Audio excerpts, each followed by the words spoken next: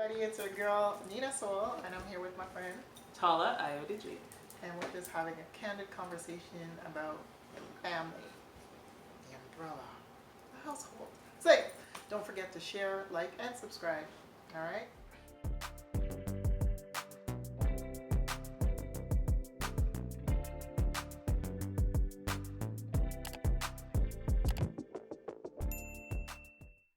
Hey, welcome back to Girl.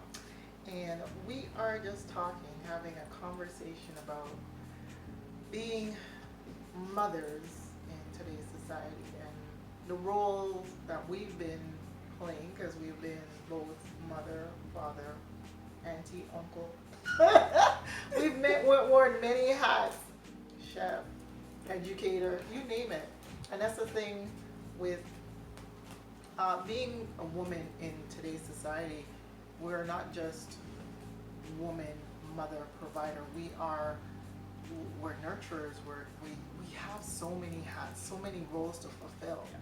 Especially in Western culture, we're going to talk about how we raise our children as single parents in the Western culture as opposed to African culture. For me, growing up, I'm going to go back to my childhood days. So, growing up with West Indian parents, the rule of thumb was to be heard, to be seen and not heard. So as a child, you did not have a voice to really say much. You were, your parents delegated and told you what to do. You didn't question it, or you were being disrespectful, out of line. I don't know how it is in your culture. The same thing? Oh, very much so. And I was raised the same way with Guyanese mother and Nigerian father. The culture is basically the same when it came to raising children. You were seen and not heard, and you had to respect what your parents say. And so I grew up with those values, and I still stand by those values today. Children should definitely have a voice, but they have to know their place. And I find for myself it's very important to understand your child, but not to be friends with your children. And I guess that's the difference with Western culture, because I've seen it so many times where you see certain children and parents and the way the child may interact with that parent. It's like, oh my gosh, holy crap. You want to say, sometimes you just want to grab that child and say, what the heck did you just say to your mother? Exactly. With kids today now, things are really different, and I don't know if it's because of the Western culture or what's projected on through social media, mainstream media.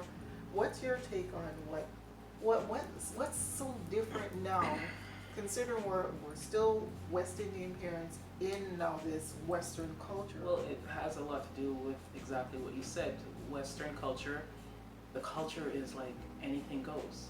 So there's a lot of freedom for children, and that freedom comes with responsibility. And children are children. So at that stage in their life, they don't have the type of responsibilities that adults do. We put too much pressure on them by even giving them the freedoms that we give them. They need structure. They need sometimes to have strict rules and regulations in their lives. But when you give them that freedom where they can, talk back to their parents and it's okay, then it's like a free-for-all. So as I said, anything goes here in North America. You can do anything. You know what I mean? Children watch all sorts of programs on television. They listen to all sorts of music, and that reverberates and it comes back. And they get a lot of messages from the music and the television programs that they watch. Yeah, a lot of subliminal messages, guys, so be aware. And that's fed into their psyche, and then it comes back out. And it comes back out in ignorance towards their parents, in behaviors that, that we didn't even tolerate, or our parents didn't tolerate from us when we were children.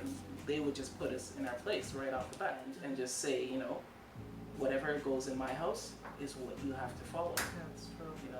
But these days it's just anything goes. Yeah, and it's completely different.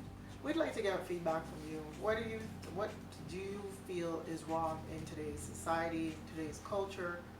How could we as parents, as a community, make a difference? Because a lot of things are not going right, especially with our younger generation. And I really feel that it takes a community to raise a child, a village, you know, to raise a child. So I'm pleading with the rest of you guys as parents, and if you even see a child out there that's doing something that's not within means or morally wrong or anything of that sort, call them out on it. Call to the parents out of love, and let's try to get things back in order, guys. We're not saying you need to take out your belt and say, "Come here," and throw two licks. No, that's not the case. But we have to get things back in order. And you know, as I've mentioned many a times, we need to have love as being the foundation of the things that we're doing. But is there anything else you want to add?